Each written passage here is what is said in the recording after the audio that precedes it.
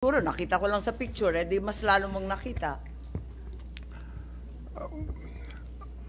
Regarding the medical condition of the former president, sa tingin ko naman, ma'am, supisyente ang mga doktor na nandun, and I defer to their expertise. Pero hindi niya doktor. Ayon sa batas, andun, siya ma'am, ang pipili ng doktor. Ma'am, may picture tayo rito na may doktor siyang sarili galing sa sa Cardinal Santos. Babae po yun, nakaputing t-shirt. At siya po ay doktor ni PRRD.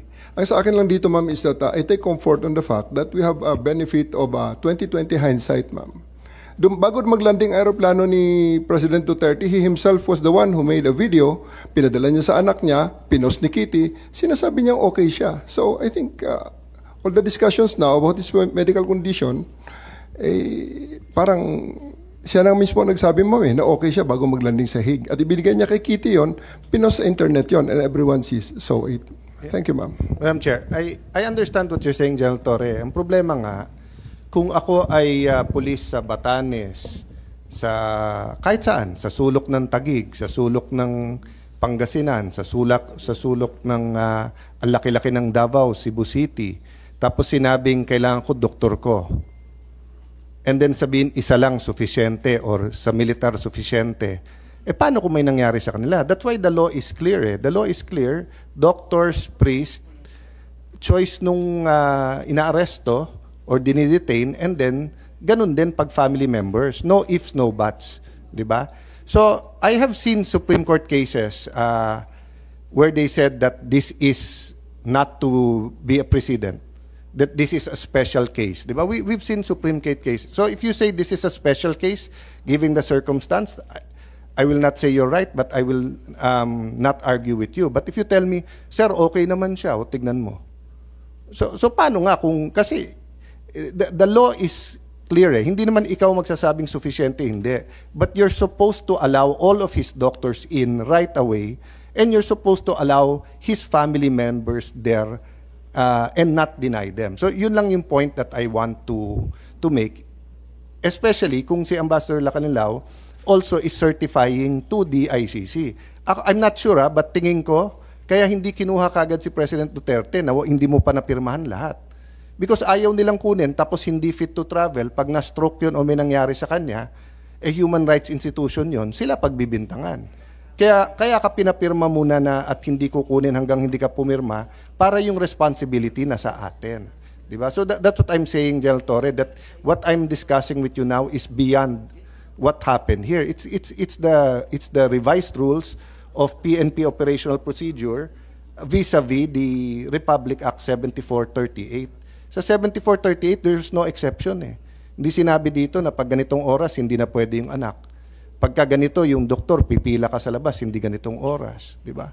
So anyway, I think we both made our points naman unless you want to add on that. No?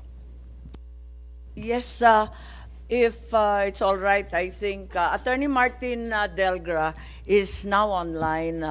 Committee Secretary, if you'll administer the oath, please.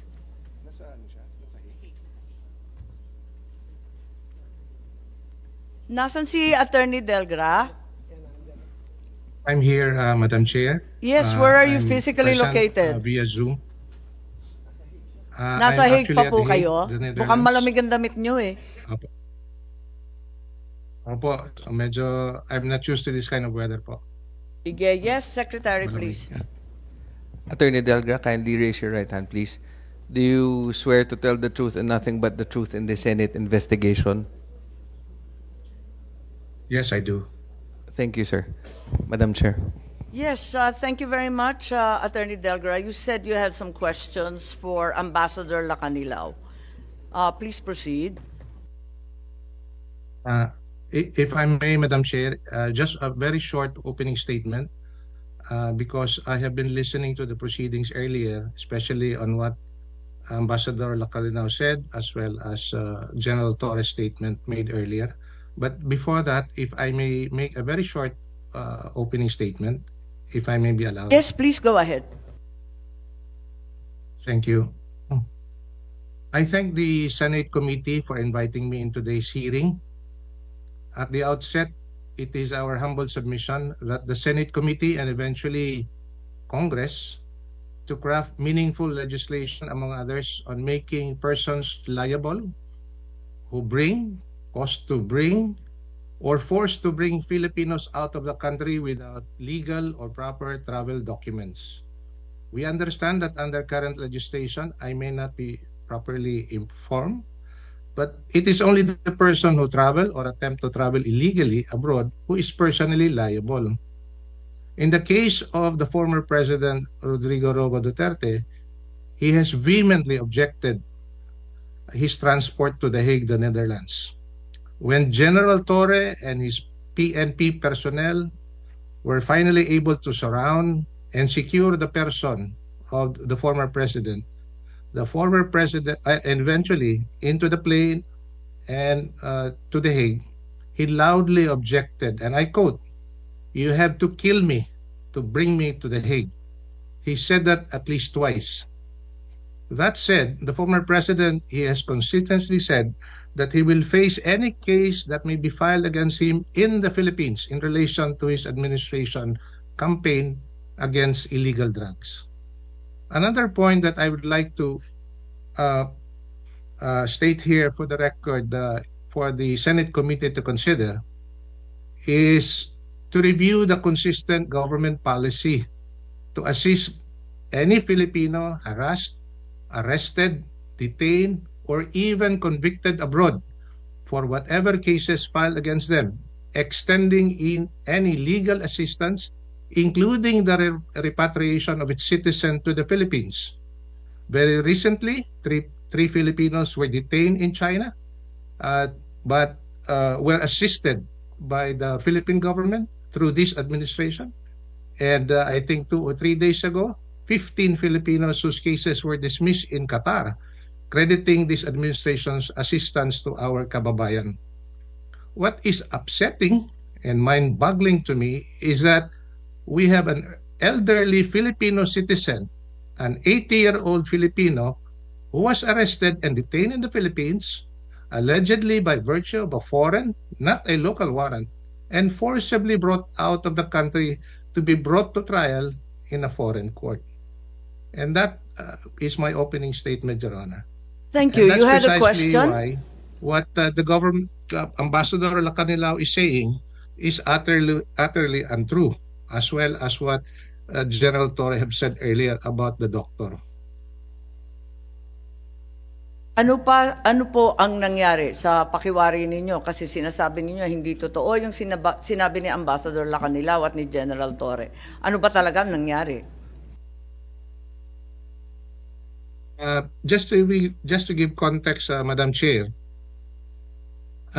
in the same way that Senator Bongo was not allowed entry when we arrived at the NAIA 3 terminal and to talk to the former president, but he was eventually brought to Villamor, we were able to follow the former president to Villamor. Apparently, the guards at Villamor were not able to see who else were in the convoy, so we were able to get in. Unfortunately for Senator Bongo and the rest, including some lawyers, they were not able to get in, despite their request that they be able to see the president. That said, I was there all throughout the day until the time he left in the evening. And Ambassador Lacanilao was there as well inside the Villamor Air Base. So as to the question number 8 of that information on the surrender and transfer of the detained person, referring to the former president, hindi naman po masabi. Let's take away the certification mentioned by the DOJ because he has personal knowledge of the fact that the former president was never transferred or brought to a national competent judicial authority in the Philippines. So he knows it for a fact. He does not have to wait for a DOJ certification to answer the question asked of him by an ICC representative. Tama naman. matter Ambassador Lacanilao, gusto niyong sagutin? Kasi nandun ka mula pa sa eroplano hanggang sa The Hague, 2 days after pa. Pwede niyong sagutin yung tinatanong ni Ambassador Delgra. Alam mo naman hindi mo kailangan ng certification, di ka naman kinakailangan mag-antay pa